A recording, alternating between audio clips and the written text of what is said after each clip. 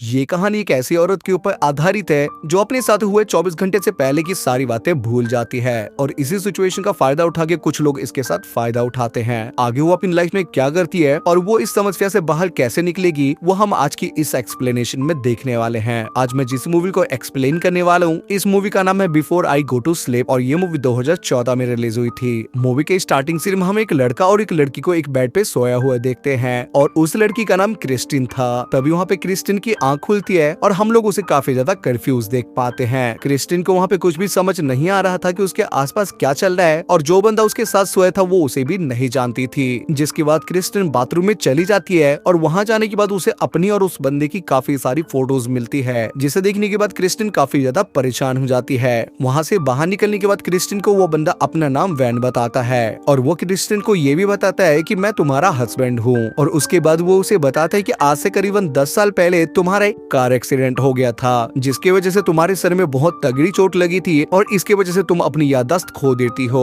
अब तुम्हारी मेमोरी इतनी ज्यादा कमजोर हो चुकी है कि तुम बीते 24 घंटे तक की ही बातों को याद रख सकती हो। लेकिन इसके बाद भी क्रिस्टिन काफी ज्यादा कंफ्यूज थी और उसके बाद वो अपनी वेडिंग एल्बम देखने लगती है। जिसके बाद वो वैन नाम का आदमी उसे बताता है कि आज हमारी एनिवर्सरी है। जिसके बाद वो वहाँ से जाने लगता है और उसके जाते के साथ ही क्रिस्टिन के पास डॉक्टर नेस का कॉल आता है, जो कि फिलहाल क्रिस्टल का इलाज कर रहा था और वो डॉक्टर ऐसा इसलिए करता था ताकि क्रिस्टन को उसकी अपनी याद आ सके, जिसके लिए उन्होंने क्रिस्टन को एक कैमरा दिया था जिसमें वो हर रोज अपनी एक वीडियो शूट करती थी और हर सुबह अगले दिन डॉक्टर उसे फोन करके यही याद दिलाता था कि तुम्हें पुराने दिन की एक वीडियो देखनी है। तभी यहाँ से सीन 2 हफ्ते पहले पास्ट में जाता है और हमें उस डॉक्टर के बारे में बताया जाता है जहाँ उस डॉक्टर ने क्रिस्टन को वो कैमरा दिया था और वो क्रिस्टन को ये भी बताता है कि तुम पुलिस वालों को 10 साल पहले ही एयरपोर्ट के पास मिली थी जहाँ तुम्हें किसी ने मारने की कोशिश की थी। तभी वो क्रिस्टन को ये भी बताता है कि शायद वैन ने तुमसे इसलिए झूठ बोला ताकि तुम उसकी बात सुन के हर्ट ना हो जाओ। अगले सीन में हम डॉक्टर को क्रिस्टन का ट्रीटमेंट करते हुए देखते हैं। तभी क्रिस्टन की नजर एक लड़की की तस्वीर पे पड़ती है जिसका नाम क्लेयर था।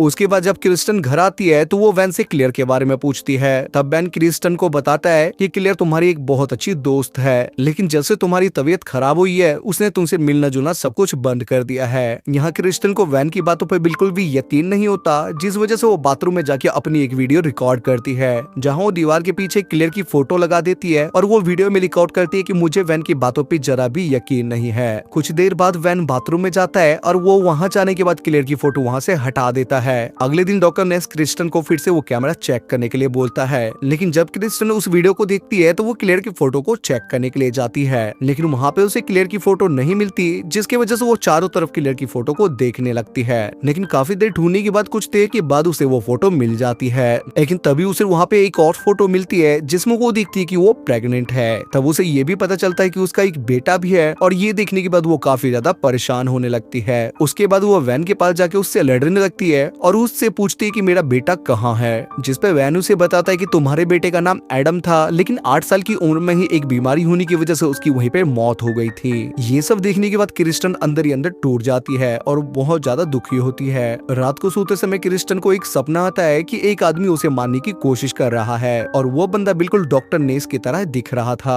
अगले सीन में हम डॉक्टर नेस और क्रिस्टन को कार में बैठे हुए एक सुनसान सड़क पे देखते हैं जहां डॉक्टर नेस क्रिस्टन के करीब आने की कोशिश करता है। तभी क्रिस्टन की नजर उसके नेम प्लेट पे जाती है जिसपे उसका पूरा नाम डॉक्टर माइक नेस लिखा हुआ था, जिसे देखने के बाद क्रिस्टन काफी ज्यादा डर जाती है क्योंकि उसे लगता है कि डॉक्टर ही वो बंदा है जिसने उसे मारने की कोशिश की थी। जिसके बाद वो वहाँ से भागने की कोशिश करती है, लेकिन किसी तरीके से डॉक्टर उसे पकड़ लेता है और वो उसे इंजेक्शन लगा के उसे बेहोश करके उसे उसके घर पे छोड़ देता है। अगले दिन डॉक्टर क्रिस्टन से बताते हैं कि तुम्हारे उस हादसे के बाद तुम्हारे हस्बैंड वैन ने तुम्हें तलाक दे दिया था। जिसके बाद डॉक्टर क्रिस्टन को उसकी फ्रेंड क्लेयर का नंबर देते हैं और वहाँ से चले जाते हैं। जिसके बाद क्रिस्टन एक बार फिर से वैन के पास आती है और वो उससे इन सब चीजों के बारे में पूछती है। तब वैन भी इस बात को एक्सेप्ट करता है कि हाँ मैंने तुम्हें तलाक दिया था, लेकिन जब मैंने देखा कि तुम्हारी कंडीशन कुछ ज्यादा ठीक नहीं है इस वजह से मैंने तुम्हें अपने पास रख लिया। क्रिस्टन अब और भी ज्यादा कंफ्यूज होती जा रही थी और कुछ ना समझ आने की वजह से वो अपनी दोस्त क्लेयर को फोन करती है। जिसके बाद ये दोनों आपस में मिलते हैं और क्लेयर क्रिस्टन को बताती है कि जिस टाइम पे तुम्हारे ऊपर अटैक हुआ था उस टाइम पे से मेरा अफेयर बैन के साथ चल रहा था और उसके बाद हम दोनों काफी ज्यादा करीब आ गए थे।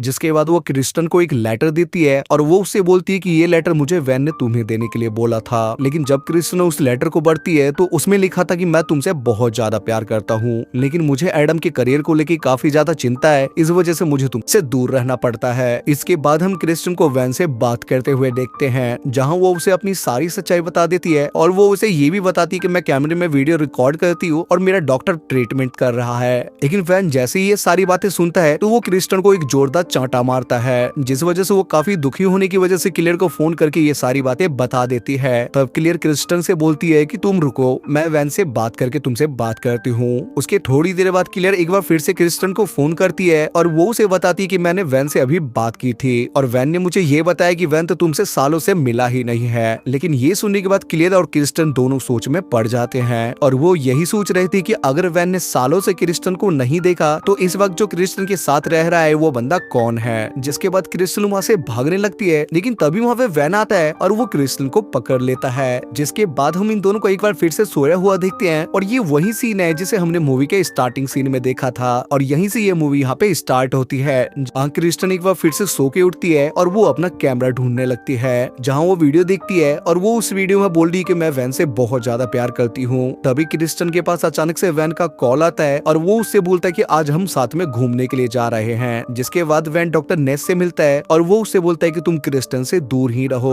रात में हम वैन और क्रिस्टन को उसी होटल में देखते हैं जहाँ पे आज से 10 साल पहले क्रिस्टन के ऊपर हमला हुआ था, जहाँ वैन अपनी असली कहानी खुद ही बताता है कि वो वैन नहीं माइक है, जिसका काफी समय पहले से ही क्रिस्टन के साथ अफेयर चल रहा था। लेकिन क्रिस्टन ने माइक से शादी करने से इनकार कर दिया था, इस वजह से माइक ने उसे मार मार के उसकी ये हालत कर दी थी। जिसके बाद एक बार फिर से इन दोनों में हाथापाई हो जाती है, लेकिन इस बार की लड़ाई क्रिस्टन जीत जाती है। उसके बाद अगली सीन में हम क्रिस्टन को एक हॉस्पिटल में एडमिट हुआ देखते हैं और उससे मिलने के लिए असली वैन और उसका बेटा एडम आते हैं, जिसे देखने के बाद क्रिस्टन काफी ज्यादा खुश हो जाती है और यहाँ पे ये मूवी यहाँ पे खत्म हो जाती है।